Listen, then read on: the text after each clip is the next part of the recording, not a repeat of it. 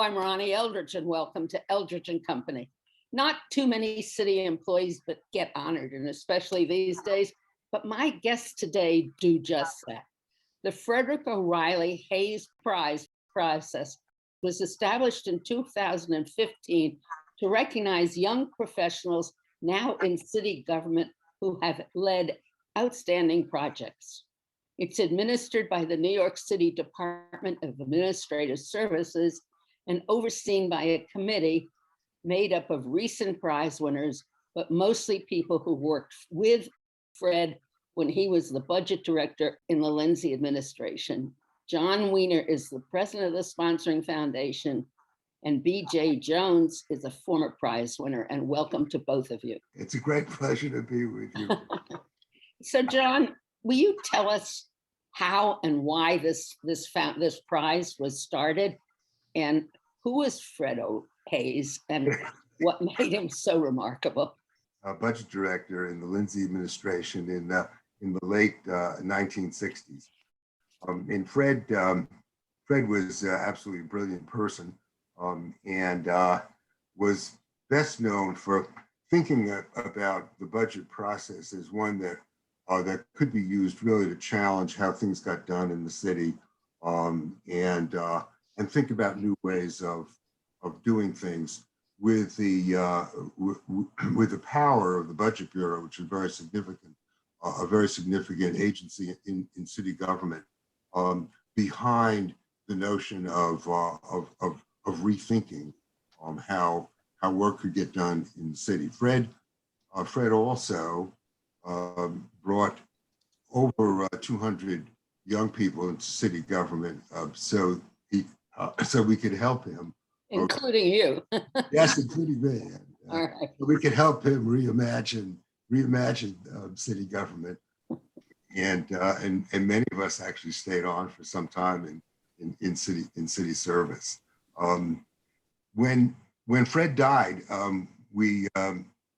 many of us who worked with him thought that it would be a very appropriate memorial for Fred if we could design a prize that we would give to a youngish person in city government and who's done something outstanding for their agencies, and have done that with a sense of analytic rigor and quantitative rigor to what they did. So we started the prize in 2005.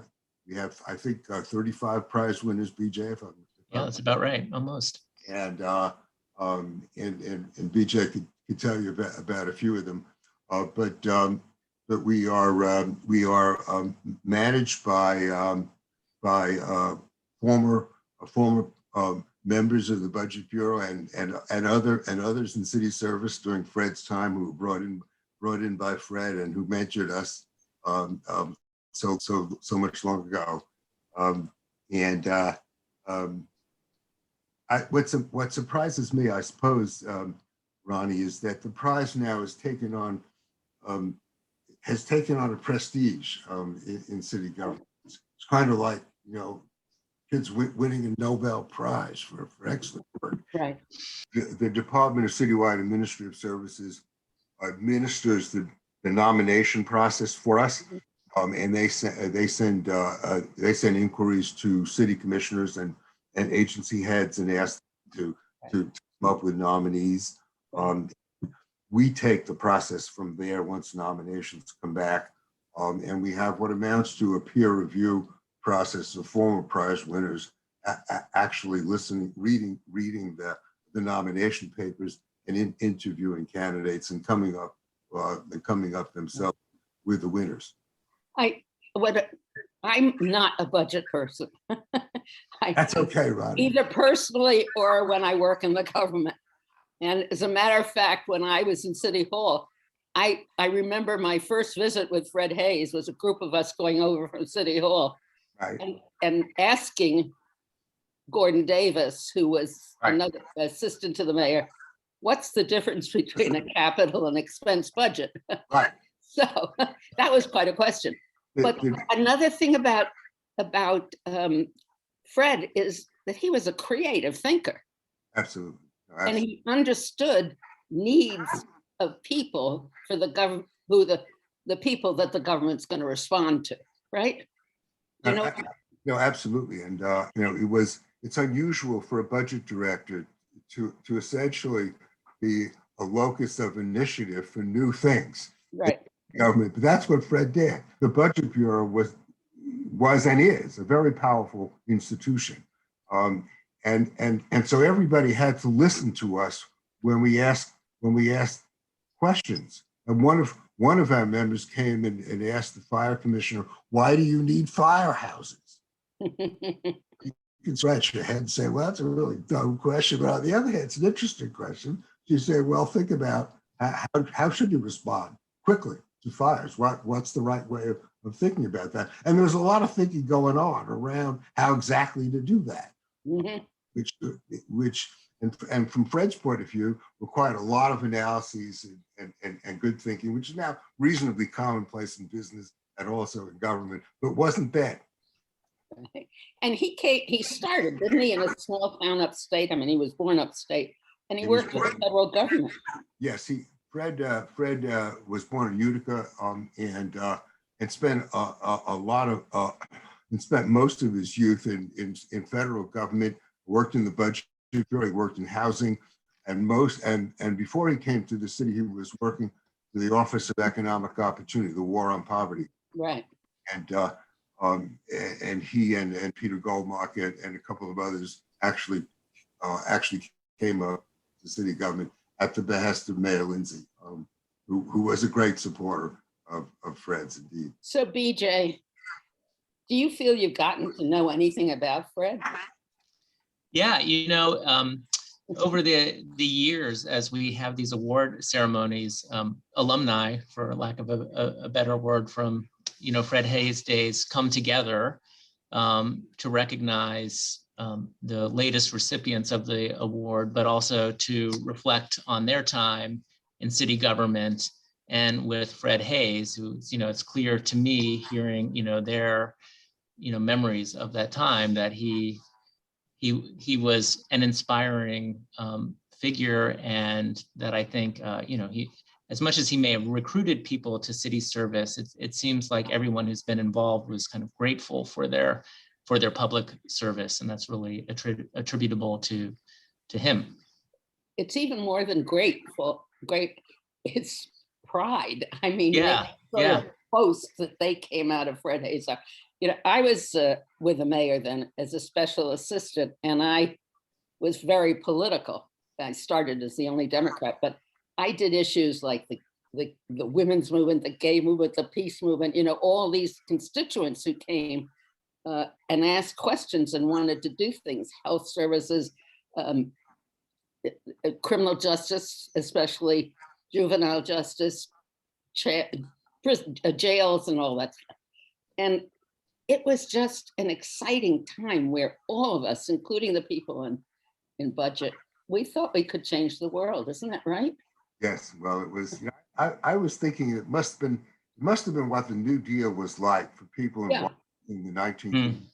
It's how it was for us in the 1960s. And government. It was an electric time for us. So BJ, you were a winner one time. Tell us what your project was. Yeah, I was a winner way back in 2009, and at that time had been responsible, although a lot of people deserve credit, for the first overhaul of the city's building code in nearly 40 years. And project management and policy and implementation feat that I'm still recovering from, and also implementing a range of initiatives based on the code to improve construction safety and assess what was happening in the city on construction sites, safety data, and trying to enhance operations to respond to it. So, and what did you do? You developed new systems or procedures? Developed new policies and regulations, also new staffing approaches and roles to construction safety and enforcement, and also, how we captured and analyzed data at the Department of Buildings in that regard. Who did you report to, and they listened to you, I assume? I had a great commissioner at the time, and this was, I guess this was in the second term of the Bloomberg administration, but Patricia Lancaster was the commissioner of the Department of Buildings, and was a real visionary and game changer that, recognized that, there was an ability to change the bureaucracy and improve performance and operations, but also in a way that I think Fred Hayes, it sounds like he did. She made people like me excited to work at the Department of Buildings. If you can imagine, which may be at face value or at cocktail parties, it's hard to explain to people why that was such great work. But we were really changing things and making a difference. And you certainly did. I mean, the buildings department can always have changes made. Our work is never done when it comes to improving public services. So tell us about some of the other applicants or winners. Some of the other winners. Yeah, as John said, we have over 30 winners of the annual Hayes Prize since it was started in 2005. And, I think it's, one of the remarkable things is the diversity of the folks that have been recognized over the years, really in every kind of way, not just background, but in the agencies they work for, the projects they've worked on. I would definitely encourage you and your audience to check out our website, fredhayes.info, for more information, because I can't even do these incredible public servants justice. But just to give you an idea, for example, our most recent award winners, one was from the Health and Hospitals Corporation, and made dramatic changes leveraging technology to improve patient access at city hospitals. And the other award winners were a team that developed a big data platform for the Department of Transportation, and really, nothing like it in government, and rivals data platforms at private companies. So it gives you an idea of kind of the different spaces these public servants operate in. But even just, in recent memory, that also extends to people that have increased oral hygiene practices in communities under the Department of Health and Mental Hygiene. We've had folks who involved in the Million Trees Initiative that the city embarked on many years ago, helping homeless families with transportation and education and vital services. And even at the police department, whether it's counterintelligence or analyzing crime data, it really runs the gamut, from technology to social services to safety, and then some. And it's certainly worth mentioning too, something new that the Fred Hayes Prize was given to this year. We had a special award for COVID response during the pandemic, and did a special acknowledgement of 20 people who really stepped up under extremely difficult times to help the city. And again, you see in that list of recipients a wide range of people, working in healthcare and facilities and you name it, to respond. Do the people who that you get proposed, recommended, were they trained, from college into management and budget and systems and whatever that is? Or how did they get into the city government is really what I'm asking. Yeah, it's mixed. It depends on the person. There are a lot of folks who studied public administration, and this was their field of choice nearly from the beginning. But we also have people who have transitioned to the public sector from the private sector and made a difference, leveraging what they've learned elsewhere. And there's a number of people too that started their very early career in government and kind of just worked their way up into positions where they could really affect change. John, what about you? Did most of the people come out of school? Most of us came right out of school or after a couple of years of working in one place or another, but none of us were completely trained.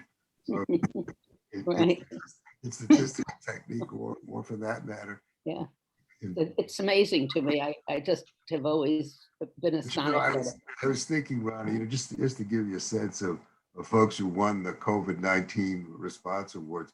We had somebody who put together a program for 14,000 slots in daycare for essential workers in the education department. We had two people who were responsible for establishing 11 centers for distribution of food and distributed over 1 million meals a day at the height of the pandemic. We've had another winner who doubled the capacity of the health department's lab for doing testing. We had another one who actually was responsible for the underpinnings of the city's tracing program, who redid the 311 numbers for the city and at the Department of Information Technology. And what struck all of us, BJ and others, is the real dedication to public service. It was amazing. I can't think of any prize winner where you just step back and you say, my God, these people are really as dedicated as we were, Ronnie, Right. to the city government. Absolutely. And to respect for civil servants is such an important thing. I thought the Trump administration emphasized it because there were some people who couldn't stay, who just didn't want to stay. There were other people who were just fired, but there were people who stayed through the whole thing, trying to do their very best. And somehow everybody got down, it's interesting to me. BJ, where did you come from when you went to work for the city? Yeah, I was actually working for a consulting firm for their state and local government practice. So had kind of traveled the country trying to help all different types of government agencies in different jurisdictions. And it was kind of through that process where I just felt like I could do more if I was actually working for the government and kind of sticking with it rather than kind of moving from one client to the next. And when I had started looking, it was the first term of the Bloomberg administration, and I was just surprised to see kind of how many interesting opportunities there were for people to kind of help affect change. And so I've been working for the government ever since. And what are you doing now? I'm the president and CEO of the Battery Park City Authority. Oh, wonderful, huh? And what does that do? Yeah, the Battery Park City Authority is a state public benefit corporation that was created and continues to be responsible for developing and maintaining the Battery Park City neighborhood in Lower Manhattan, including its 36 acres of public parks, as well as mixed use development, offices and residents. It's amazing. My grandchildren, they lived there until during 9/11. But I was down there recently with a daughter and a friend of ours, and we were illegally parked at the end of a street that went to the near the river. But we were standing outside basically. and the person who came to tell us was very nice. But it's an incredible place. It really is. I remember when it was being filled with land, Yeah, right. because I worked at the Trade Center at that time. Yeah.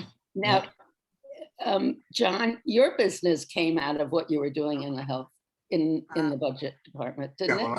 Yes, well, I was in charge of the health and social services parts of the budget, just point a mere $4 billion of expenditure. But I did get hooked on healthcare and this is in healthcare. I built and managed some hospitals overseas. Now we're trying to do a primary care business in the United States, serving rural elderly. But yes, it's been a long career. Back to the people from the pandemic, they weren't assigned these jobs, right? They knew, they saw what needed to be done, and I think they assumed it. Is that right, BJ? Yeah, I think that's right. In most cases, it's you can prepare for an emergency as best you can, but I think this was a circumstance that no one could have really anticipated. And so, as often happens in government when it comes to emergency response, a lot of these people were detailed to something that was not necessarily part of their job description or day-to-day responsibilities, and they really had to rise to the occasion and think fast and creatively and work really hard. As many people do in government, I think, right? Yeah, I think that's right. I think it's public servants don't get the recognition they deserve during a crisis, but also just during the day-to-day business of government. What these awards reveal under both conditions is there's just a lot of good work happening, kind of quietly. Our sense, Ronnie, was that most of the COVID-19 response award winners actually just took it upon themselves to come up with. I think you should approach New York One and have your ceremony shown. I think it would be a great topic. I think it would.